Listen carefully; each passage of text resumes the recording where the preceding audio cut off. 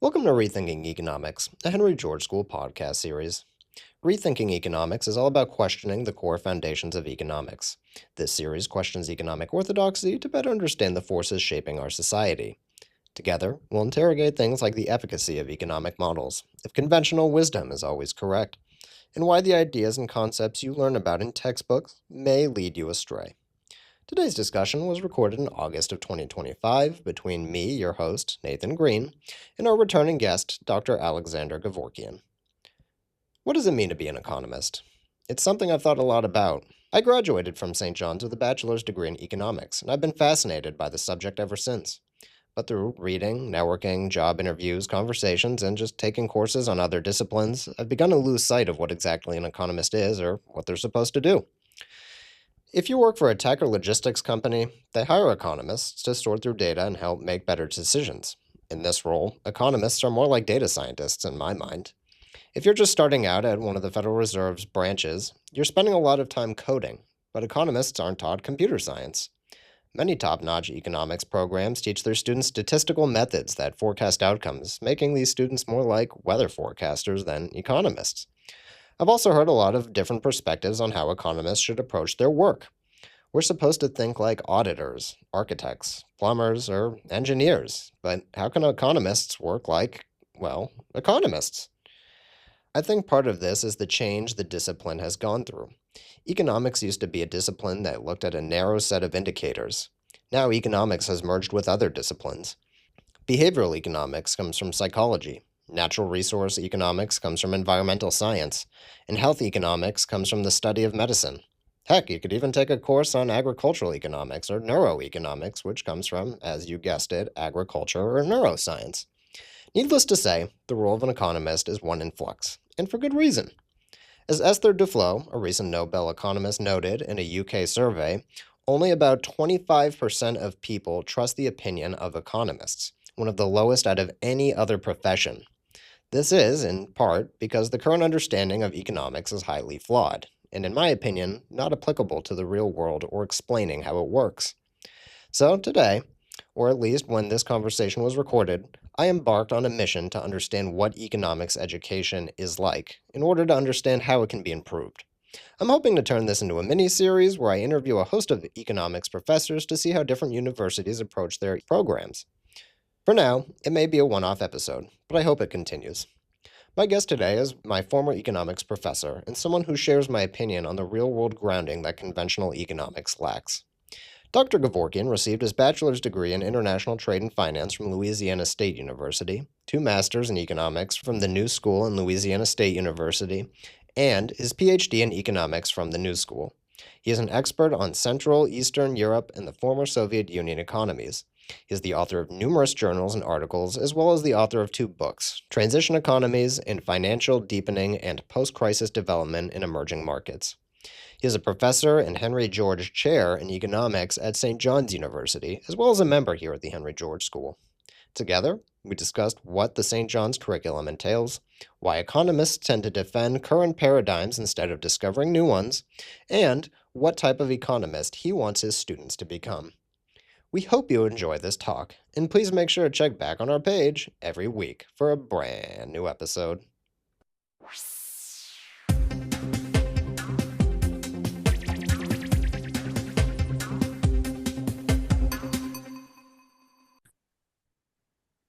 Our returning champion, Dr. Aleksandr Gevorkyan, thank you very much for coming back onto the podcast today.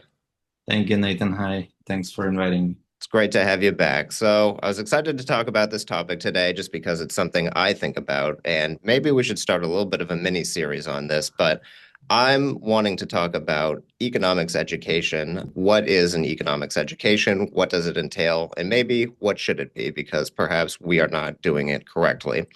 So I want to just start off by understanding what economics students are taught in university. So if you could walk me through the coursework that an economics student at St. John's or another college, what would it be? Sure. So thanks for the questions and just the beginning questions. That's already enough for us to talk for a couple of hours. And I think I will sort of turn this back to you and ask, why do you think anything needs to be corrected? Think about that. Let's come back to it. Sure. in a couple of minutes, because that I think would be an important insight as well and point to reflect on that's much needed. So a typical sort of coursework in economics follows some standard sort of paths, but then there are also some interesting electives. The standard coursework includes the principles, which is a requirement for actually even non-economics students. So principles in microeconomics, principles in macro. But if you are to continue further into economics, then typically, again, generally speaking, you would also have intermediate micro and intermediate macro, essentially the same topics, only at much higher and complex level. The major would also expect you to take some sort of math requirement with all that corresponding prerequisites. There's a course called Mathematics for Economics or Math for Economists. It has variation of names, but essentially the same thing. And then, of course, there's econometrics. So these micro, macro, math for econ, and econometrics, I think are the core required classes. But then this just gives us the technical foundation, and tell me where to stop, but this just gives us technical foundation to begin with. Then from that point, different universities, different programs try to add on their own electives, which in their opinion helps develop a proper economist. And so those electives vary from anything sort of like money and banking, economics of money and banking, to international economics, maybe something on topics of inequality, economic development. And again, depending on which program we're looking into, you may find expertise in the faculty group on more specific topics, such as like behavioral economics, or popular these days, machine learning, artificial intelligence, or on a more macro scale, something about open macroeconomics and more dedicated analysis or more dedicated study, rather, of international trade separately, international finance separately, comparative economic systems, which is becoming popular these days, and it's outgrowth from 80s and the 90s, and so on. So that hopefully sort of gives you an idea and sort of paints the picture of what a typical economics education might be at an undergraduate level, with some additional variations and flavor depending on the department. But there's something that's missing in what I just described, and what's missing are two additional courses which I think are critical. And participating in conferences, meeting with colleagues, exchanging in different ways ideas with colleagues, I'm realizing that those two courses that I'll tell you in a second, those two courses are somewhat incredibly important.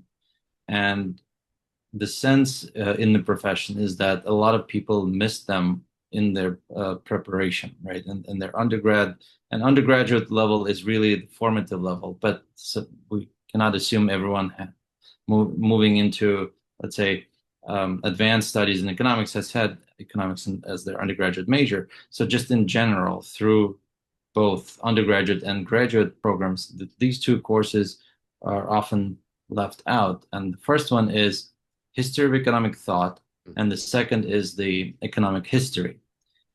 They both have the word history in that, but they're very different. Luckily, I have to now put a shameless plug, St. John's offers both. We do have a course called History of Economic Thought, and we do have a course called Economic History. And at some different levels, both or one of them are required. What is significant about these two is not just simply a way to learn some type of history, whether it's about past economic systems or whether it's about sort of great economists, great thinkers, and so on. What is important is that it puts both two of these two courses sort of help us contextualize our own reality, understand that, well, actually lots of things have been tried before us, Hmm. or questions that we seem to be struggling with, and we think we're so unique in solving them, have actually been questions that characterize the entire human development. How do we provide the simple one? How do we provide enough and sufficient resources, from food to shelter to good working conditions, on a large scale? Okay. And do we actually have to do that or not? Another, and so that would be sort of economic history, right? And policies that were introduced. Is debt forgiveness really just a new thing and that we invented? Well, apparently not. That can go all the way back to the ancient Mesopotamian civilizations and Sumerians. What about, so the policy, taxation? Again, we have information about how taxes were collected, for what purpose, and so on. And then there are the thinkers, right? The history of economic thought.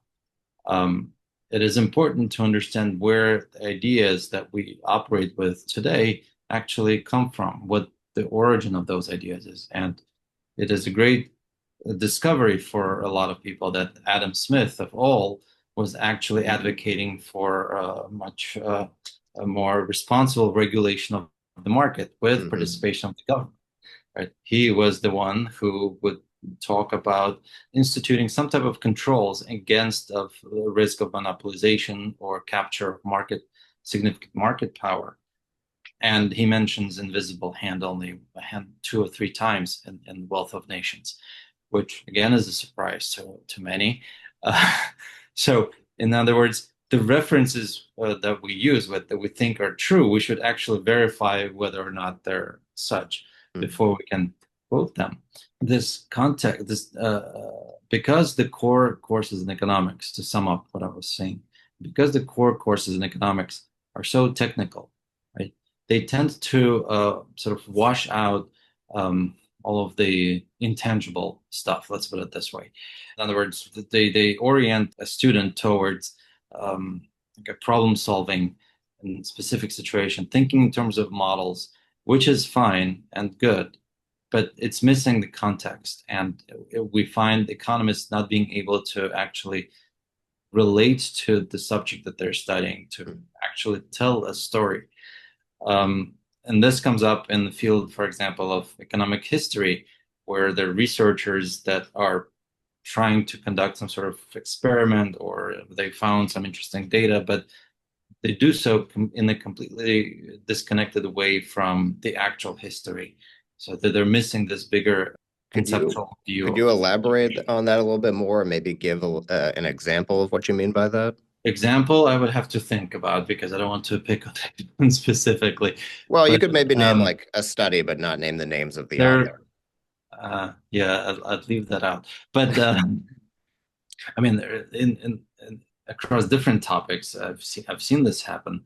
I work a lot on post-socialist economies, and you get sense the moment you start reading the paper, you get sense that okay, this is influenced not by actual history, but by an opinion that someone has, and this opinion comes from just the general sort of stereotype view of things.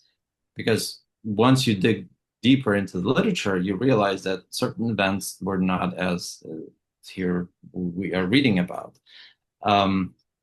Or more popular are the sort of Europe-centric studies that look at Roman roads and existence of the clock making in Germany, suggesting, wow, this sort of brings up massive progress. Or the institutional sort of studies, rather I would describe them as studies with institutional relevance, rather. For example, and it's not a critique, but it's just it's a very important study that I'm about to bring up, I think, and I use it as an example. But there's a research that suggests that over the past 500 years, the same Florentine families that were rich back then are rich now, or within the top income earners, and that's very cool. That's great. Problem arises when someone takes that very important finding and very interesting research and just applies it blindly to somewhere else and says, well, people are not rich in this country because for whatever government wrongdoing, or usually governments are blamed, right? Or some sort of inefficiencies and externalities and so on, forgetting that geographically, for example, Florence is located in a very different world compared to some countries, again, in the world that I study in Eastern Europe, right? And that geography has a very important role in oftentimes determining what happens to a country and what type of institutions survive. This is where studying economic history becomes important. Studying history of thought, because this would be connecting with thinkers of the time and how they reflected on certain problems at the time, would help us understand things. And again, unfortunately, if we only stay within the sort of the core foundation, which is very dry, then we are trained as specialists who only look at certain set of factors and say, okay, look, this country is doing well, it must be because the Roman roads were leading to Right. those cities. But they also forget that, again, geographically that location is elsewhere, and another location is completely in a different sort of territory, different sort of geographic position, and that has been overrun in terms of conflicts and such for centuries nonstop. So I think that plays a role. I'm not saying it's a dominant role, but I do think it's an important enough a factor for us to consider, not as a sort of a footnote, but actually as part of the overall, whatever the subject of our study is. I see. So I So was that's a long answer to your question, which gave hopefully an opportunity to you to maybe reflect on what we need to correct. No, of course. I have my own reflections and thoughts on that, but just because you're an economics professor, I love to pick your brain, and I think you're a little bit more open to a newer form of economics, or maybe a more theoretical form that at least I appreciate and want to see more of. So I was talking to James K. Galbraith recently, and he is currently undertaking this project of trying to link economics more to the physical sciences. And when I was talking to him, he told me that economics departments are becoming increasingly isolated within colleges and universities. But from my perspective, it's starting to see like economics is opening up a little bit to other professions. Again, I know you can only speak to St. John's for the most part, but in your opinion, do you and your department colleagues feel like you're becoming increasingly isolated, or are you starting to branch out to the other departments and working with them?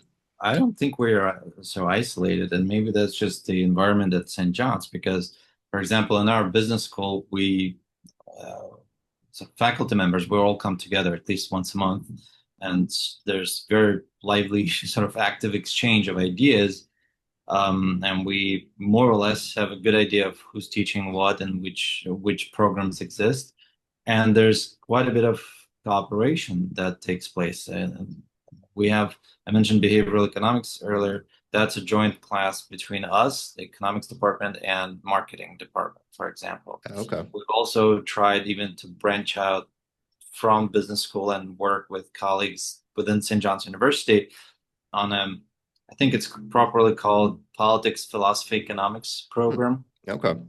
right? I'm not part of that, but basically it's there, and it has worked.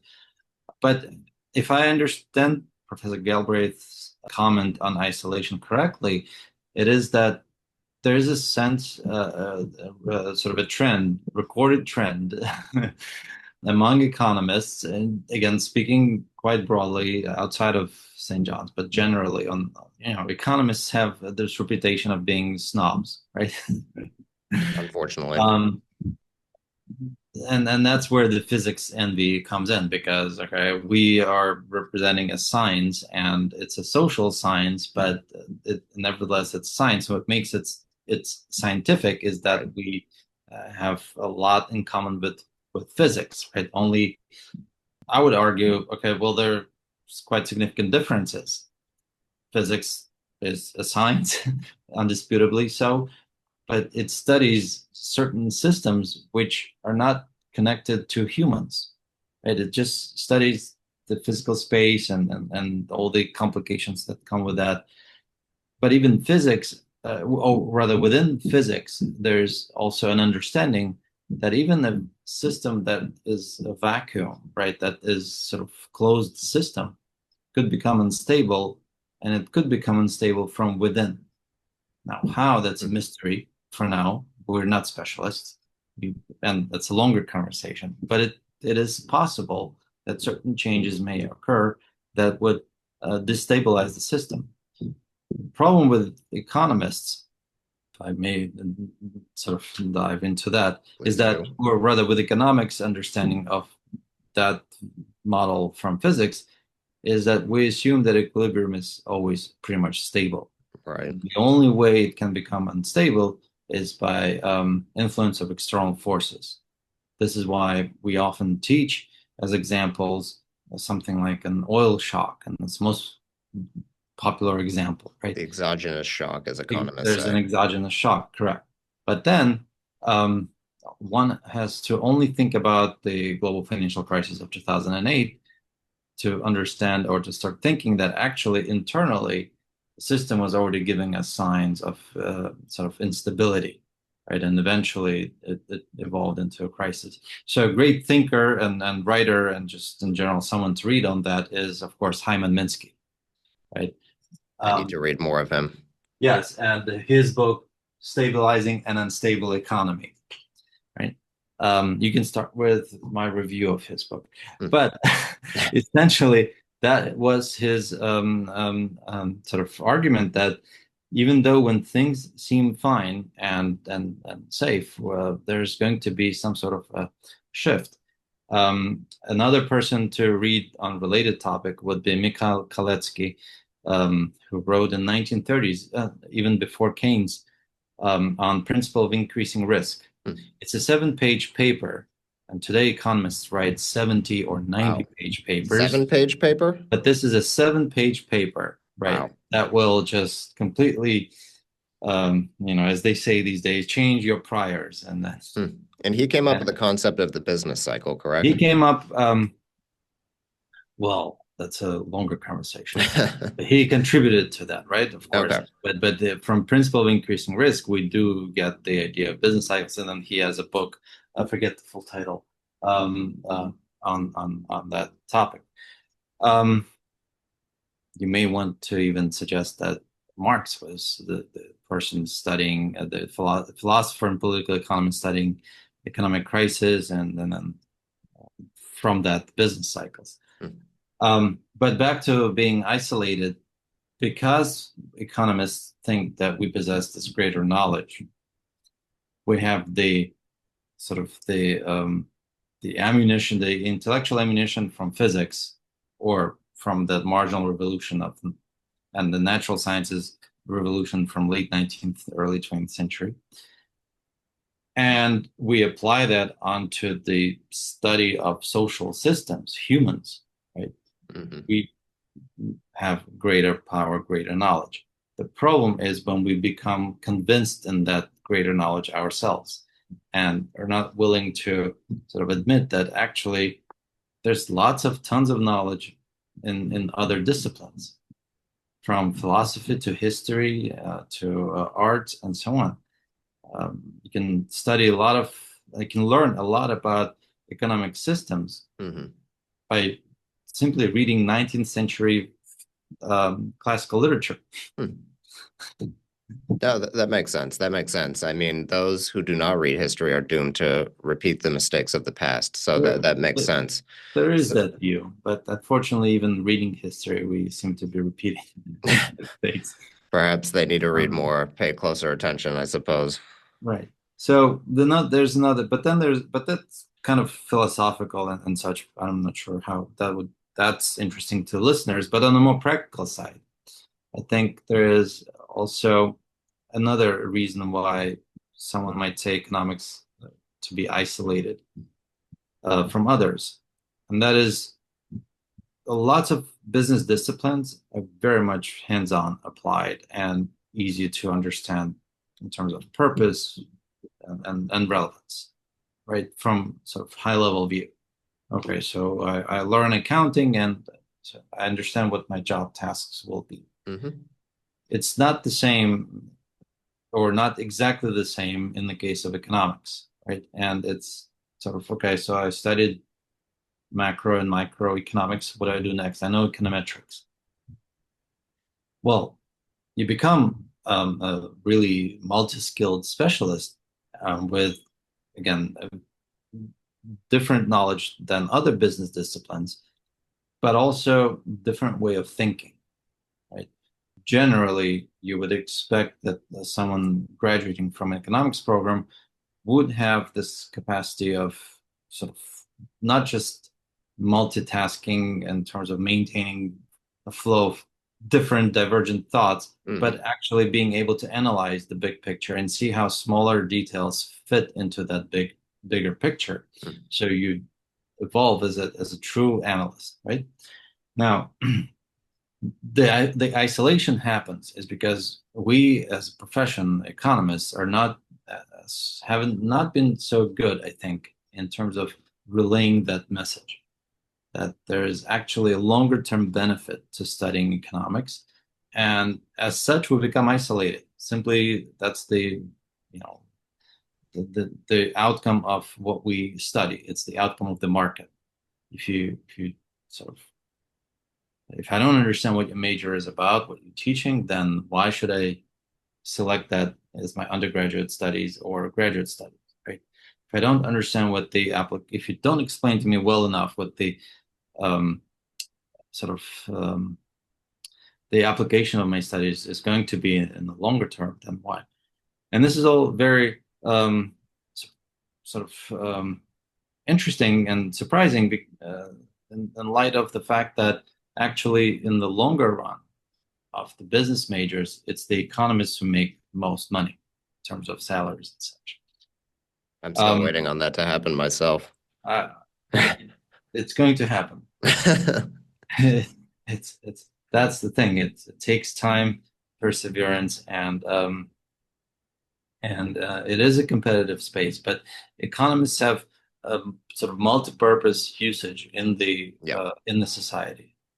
Um, and of course, we should remember Keynes's quote, who said that it would be political scientists or economists that influence a politician. And in fact, I'm misquoting, but not exactly the word for word, but essentially saying that there's in fact very little else that influences those opinions. Mm. Something to keep in mind.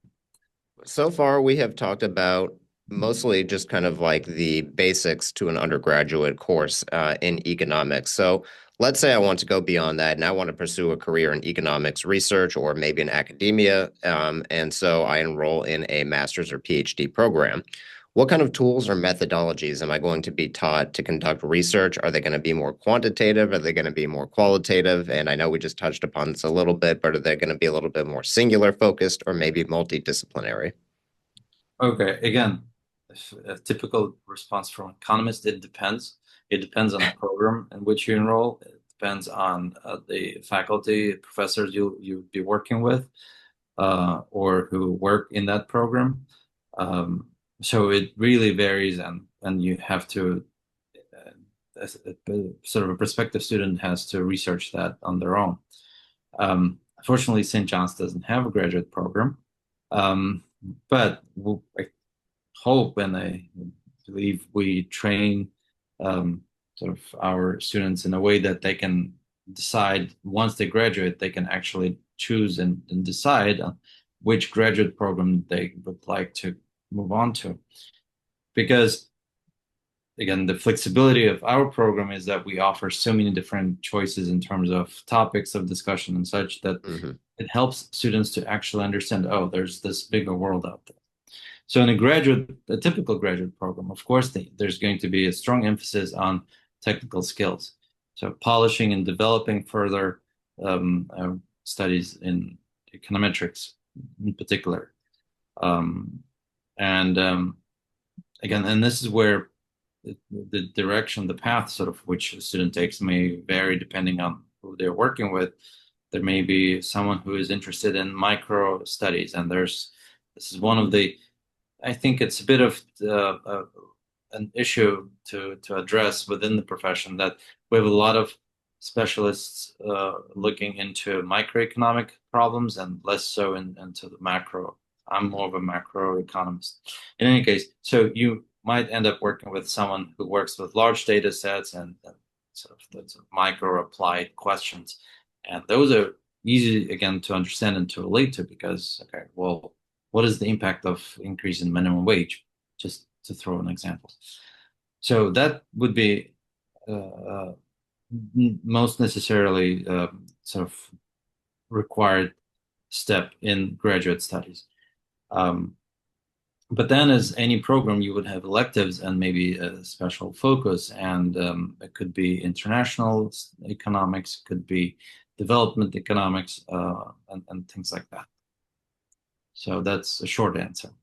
And would these, like, I'm just trying to understand maybe some of the theoretical foundations or some of the analytical frameworks that these students would be learning. So let's say we stick with microeconomics. What are just some of the frameworks that you would be using? What are some of the statistical models, or what are the models that they would be using to conduct their research, say, on minimum wage, like you said?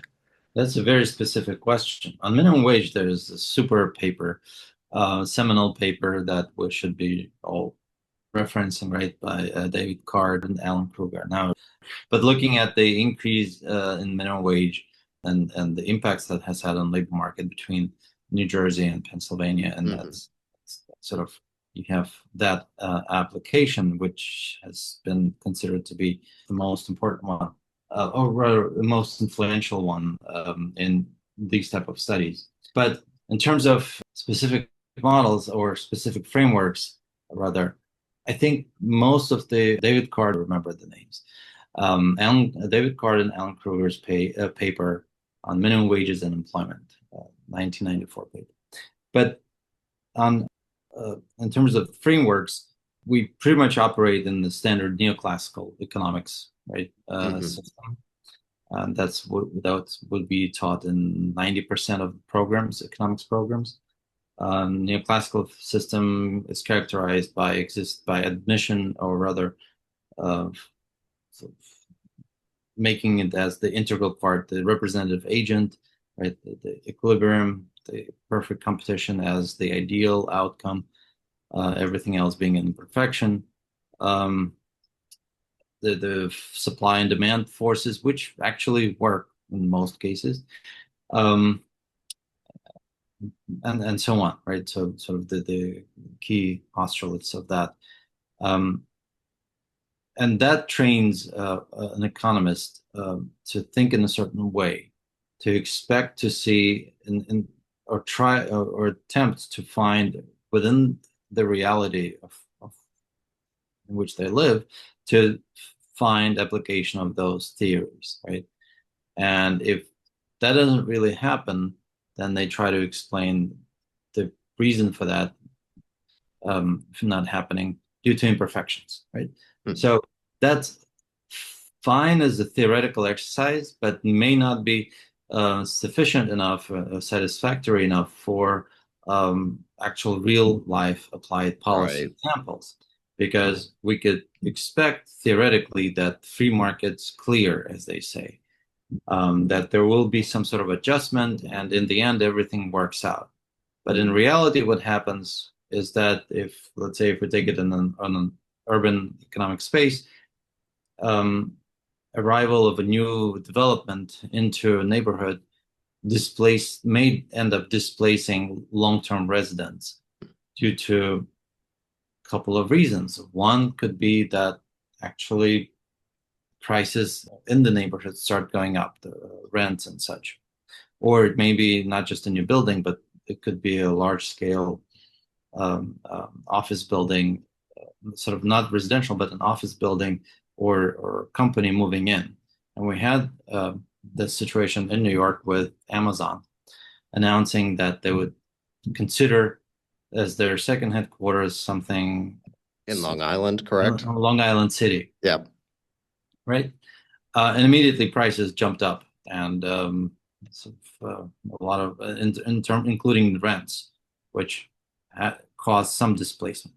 But in any case, so theoretically, we can explain this as economists and just say, okay, well, that's how the market works.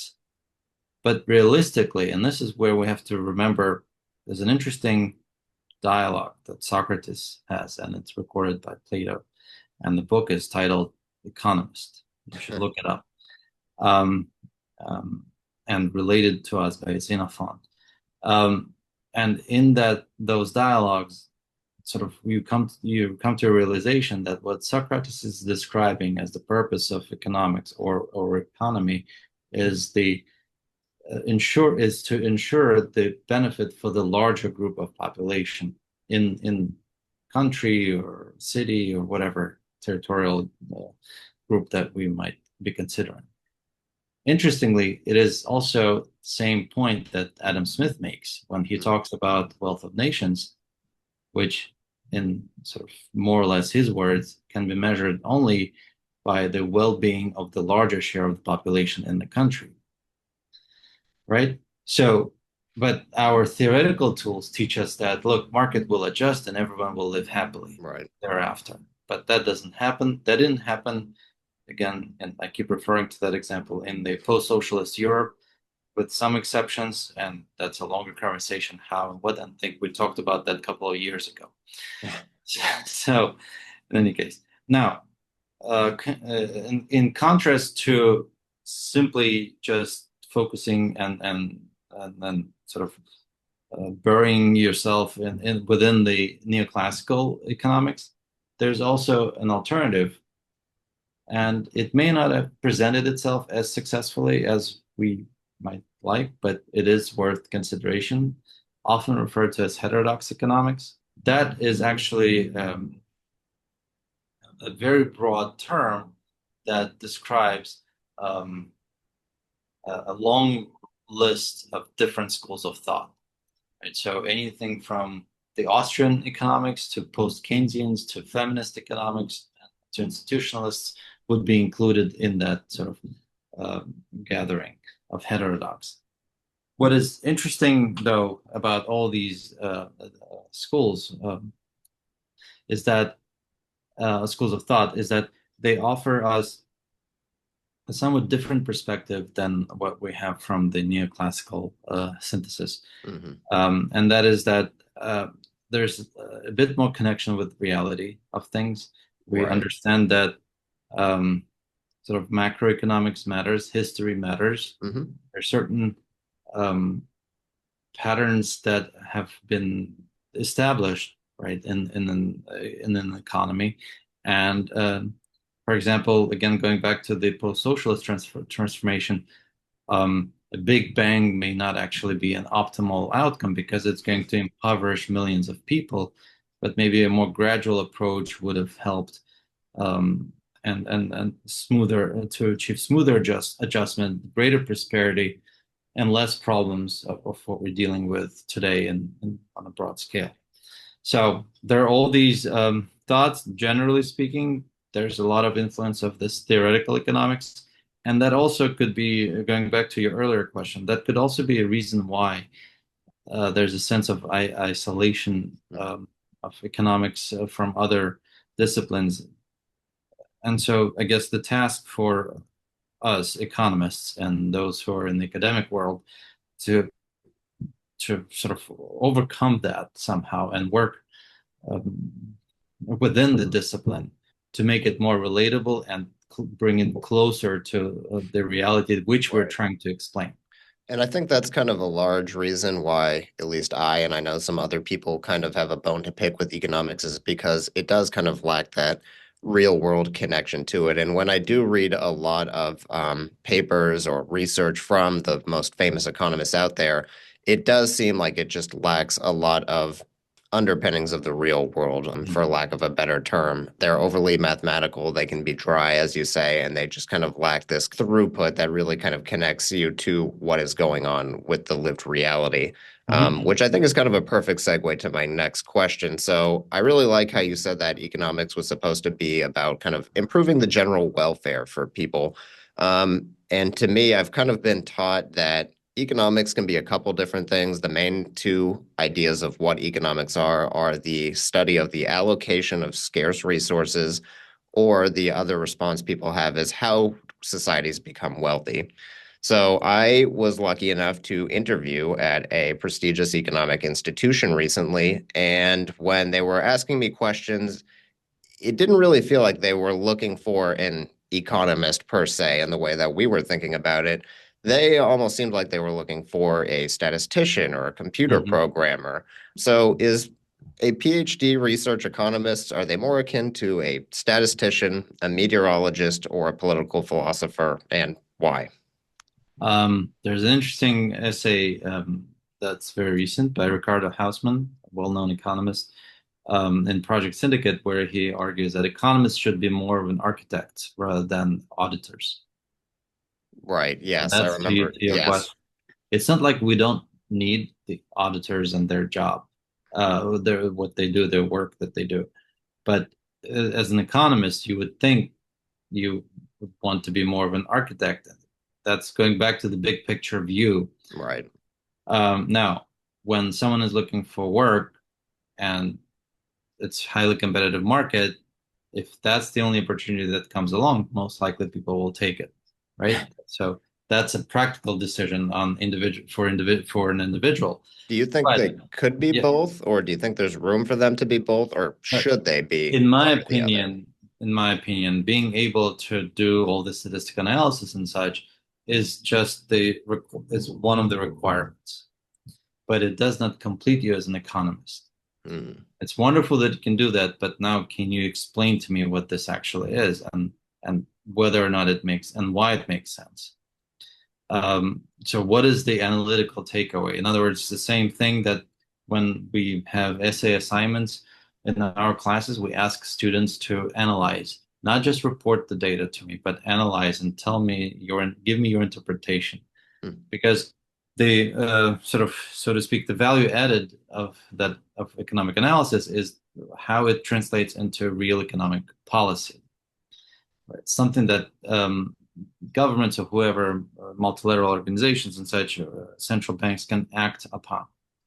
Um, and that's the difficult part, actually, but it's also the most exciting part of the profession of being an economist, that you can actually see, oh, wow, I calculated this, and that rate of return, or sort of whatever the question might be, the net economic impact of this um, Hmm. policy change.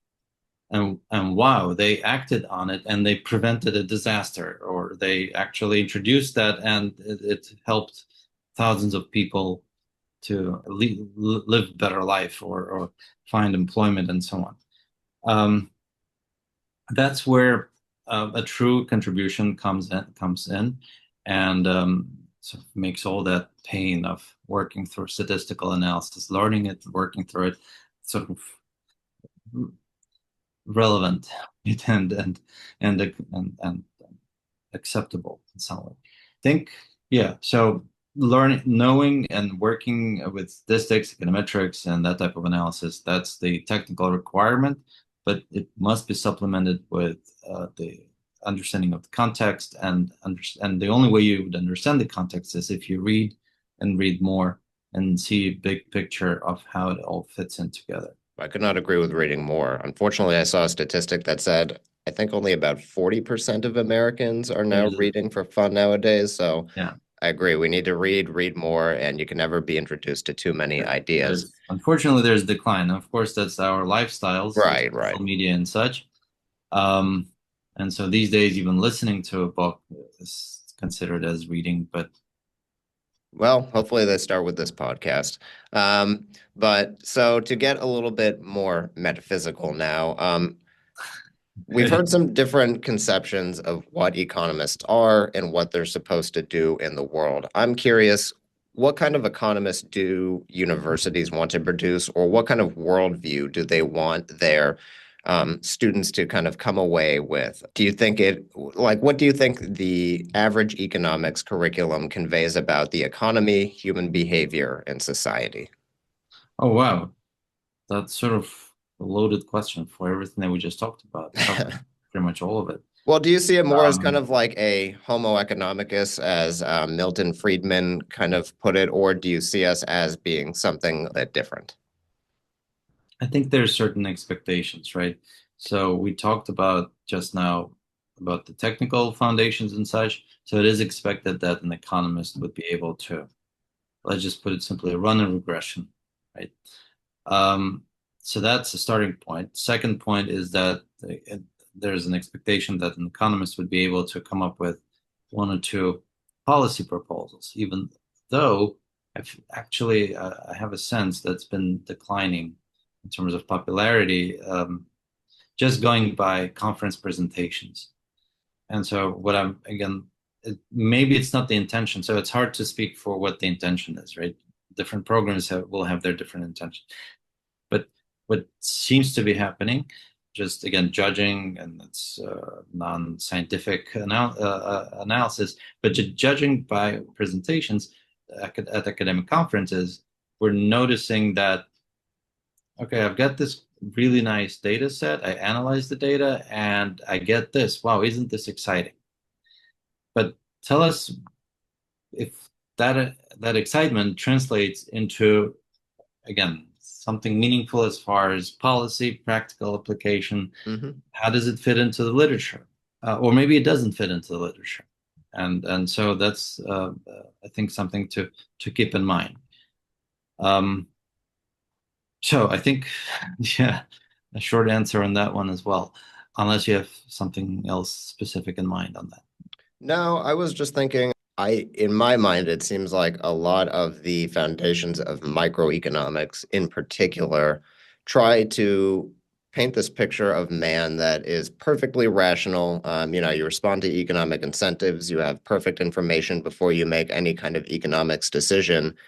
And to me, that just couldn't be further from reality. I mean, yes, there are some people who are more rational there than not, but I don't think humans are a kind of machine that has these pre-programmed response to events that come at you in the world. To me, people are not at all rational. I think that's kind of what makes us human is, love, for example, makes you do very irrational things. Mhm. We are overrun, not all the time, but by emotions. And so I think we kind of create this conception of man in the economy as a machine that kind of just burrs in the background and that we have little levers to pull to control it. But I don't think, again, that matches up with reality. No, but that gives a very, so okay. So you touch on a couple of things here, but that gives a simple sort of framework, which is operable, I'm sorry, and you can work with it. And you can basically average out all of these emotions and preferences and just say on average, here's what's happening, right? And with some imagination, that could actually be very convincing and explaining reality to some people. But at the same time, as you just mentioned, we do lots of spontaneous things.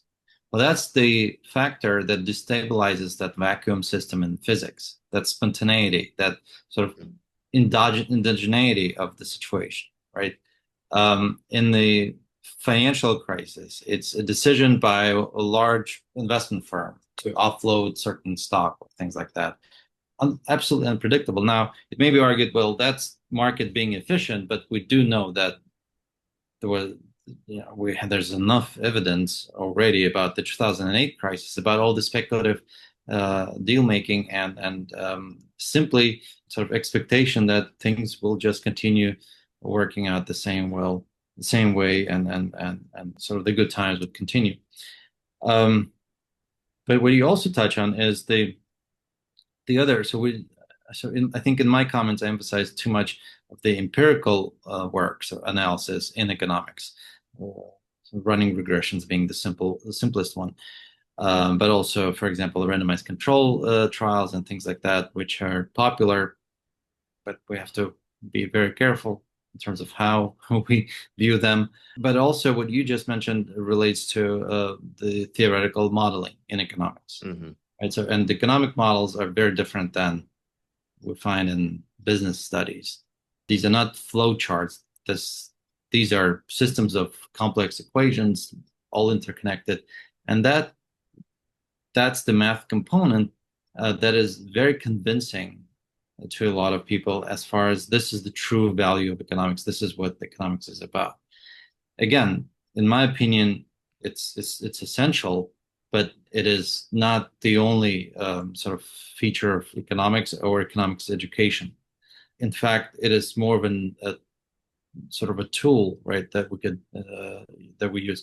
And so Economist has this massive toolbox filled with the empirical methodologies of econometric analysis, statistical analysis, but also with the conceptual frameworks of economic modeling that should technically be inspired by different traditions, including neoclassical, including some from heterodox.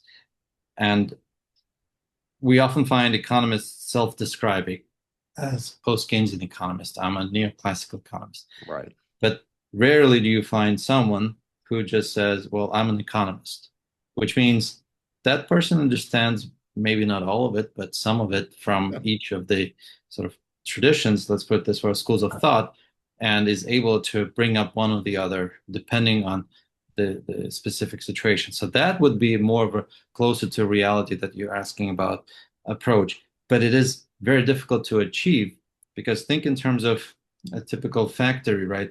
And apprenticeship. A new worker comes in and they learn from the old workers or the experienced workers. And at first they just repeat the same tasks.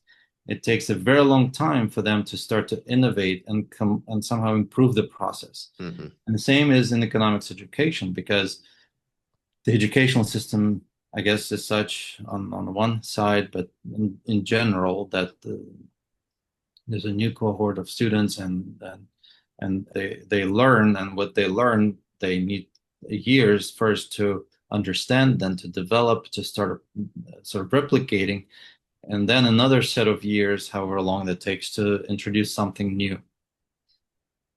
Sometime, a long time ago, someone, a physicist that I was talking to, was real, in case there was a social event conversation, he mentioned sort of jokingly saying that, look, in economics, it's very easy to publish. So that could be nothing closer to the truth. It's impossible to publish in economics. It's a very difficult process, very different from old business studies, just completely misunderstood. But it's incredibly arduous, right, and difficult process. Yeah, that's fine, he says. But in general, when you want to publish something new in economics, in a typical paper in economics, you would just say, we take a model system of equations of such and such, and we tweak it by sort of one component, right, one parameter. And we come up with sort of different result, or the result that confirms that the model of the theoretical model developed by the first group of authors. In physics, he says, we don't do that. In physics, our opening sentence is, the theoretical model of such and such is absolutely wrong, and we offer our new model, which is completely different. Okay. So it is more, I can't state that that's the fact, but this was a conversation. Right. And it does seem sort of fits within my understanding of how a lot of papers in economics are done. If you scan through them, there's a lot of sort of references to prior literature and extending that prior literature really marginally. And in fact, there's been research with the American Economic Association and others into this, that there are a lot of papers produced in economics, those 70 to 90 page long papers, that only marginally extend or improve our knowledge. And oftentimes they go sort of unread. That is why I come back to recommendations of reading sort of classics, those who you would learn from a history of economic thought course, and Kalecki's 7-page paper, which is still so much relevant. So that's a longer answer now. Just to make sure I understood your physics friend's point, physics papers tries to unpack or undo the paradigms that currently exist to introduce something new, whereas a lot of economics papers, on the other hand, try to defend that paradigm and kind of build on it, but only kind of You could minimally or marginally, as that you that said. could that economist so that the mindset is a little bit more restrictive in economics. Probably that's the situation. In physics, there seems to be more daring because again, that's the nature of the science that every new paper is a discovery. And in economics, it takes a bit longer to arrive to that point. Mm. And so the safe first step is to try to replicate and then maybe change the parameter a little bit. And and it's not a critique. That's how I think it should be done, but it should be continued with, okay, let's try to break away from sort of the conceptual confines and maybe try something new and why not? If Yeah. maybe it makes more sense. And I think that might be why some people are very critical of economics, just because I think mainstream or neoliberal, if I dare to say, economics tends to be a little bit, it just becomes a little bit self-assuming. And a lot of the work, as you mentioned, tries to defend that worldview itself that, as we touched upon, may not always match up to reality. And so when I think you see a group of people in any profession and they try and kind of guard these ideas so carefully, I think it can create a little bit of resentment, or at least cause people to kind of question, like, hey, why are these people holding on to these ideas so tightly? Why can't they just let them go or see things a little bit differently? I think that may be due to a couple of reasons. One is economics, even though we talk about it as a business discipline or within business schools more commonly these days than before, probably. But even though, rather, despite of that, economics is really a political economy, a subject. Mm. In other words, the political opinions would continue to influence, and hence Keynes's quote on politics, So right? you can't have a separation of politics and economy as Ayn Rand always dreamed. Let's leave that outside the conversation. But it is possible that, I mean, it's quite obvious that there's some sort of interlink, right? And again, it's the economists who would be influencing in the end policy making. Right. So I think that that needs to be considered. I mentioned that it takes quite a while in economics for things to change. Think about inequality, right? Or rather, before we get to inequality, let's think about the topic of economic crisis. Um, it's not part of the standard theoretical model in economics, right? There's this famous um, description somewhere there. There's a report on that there was during 2008 crisis. There was an inquiry of how this could happen, even at the highest levels of Queen of UK, of Britain, and the answer was that our theoretical models do not include the crisis. It is something that's exogenous, Right. right? So, well, that's when sales of Karl Marx's Capital jumped through the roof on Amazon and other places.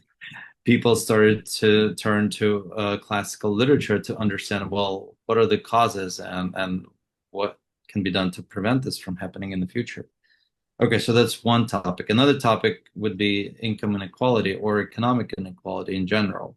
And that was not a topic at all in economics. It was somewhat of a noise happening, and there are Nobel Prize winning economists on the record saying that that's just something that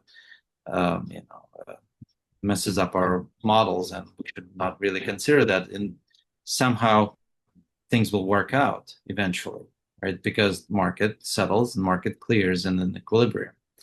Well, now conversation about economic inequality is the conversation to be had in economic studies. It took a very long time. It took several decades for this to evolve into that. But maybe, and so that's good. We have to welcome these type of discussions, whether we agree with them, disagree, different schools of thoughts and such. but the fact that conversations are taking place is very important. And then for an economist, going back to your questions on the expectations and such, for an economist to become part of those conversations, I think is also one of the high levels of their career in terms of professional growth, but also in terms of contributing to the concept of common good, which I tend to like very much as a general idea. No, that makes sense. And I understand that the concept of common good can be a little bit self-aggrandizing as well. So, for our second to last question, I promise the last one will be brief, but the Okay, second that's to fine. last second to last question, I want to stay on a more metaphysical level, but I want to make it a little bit more personal for you now. So, as Okay. our listeners know, you're a professor at St. John's University. You teach economics. Your semester is about to start next week. So, what kind of economists do you want your students to be, not just in terms of their career, but also how they think about and view the world? I would like them to be, hold on, let me think on this one.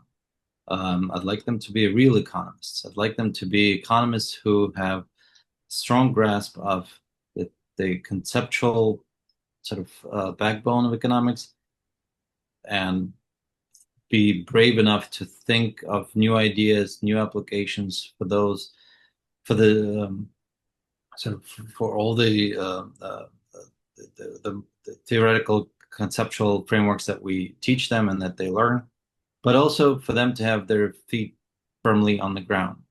And that's with the technical sort of backing, the econometric, mathematics core, and things like that. But basically, having their feet firmly on the ground also. So basically, having their feet on the ground in terms of that technical training, but also in terms of understanding that the world that they're studying and that they read about in their textbooks is actually the world around them.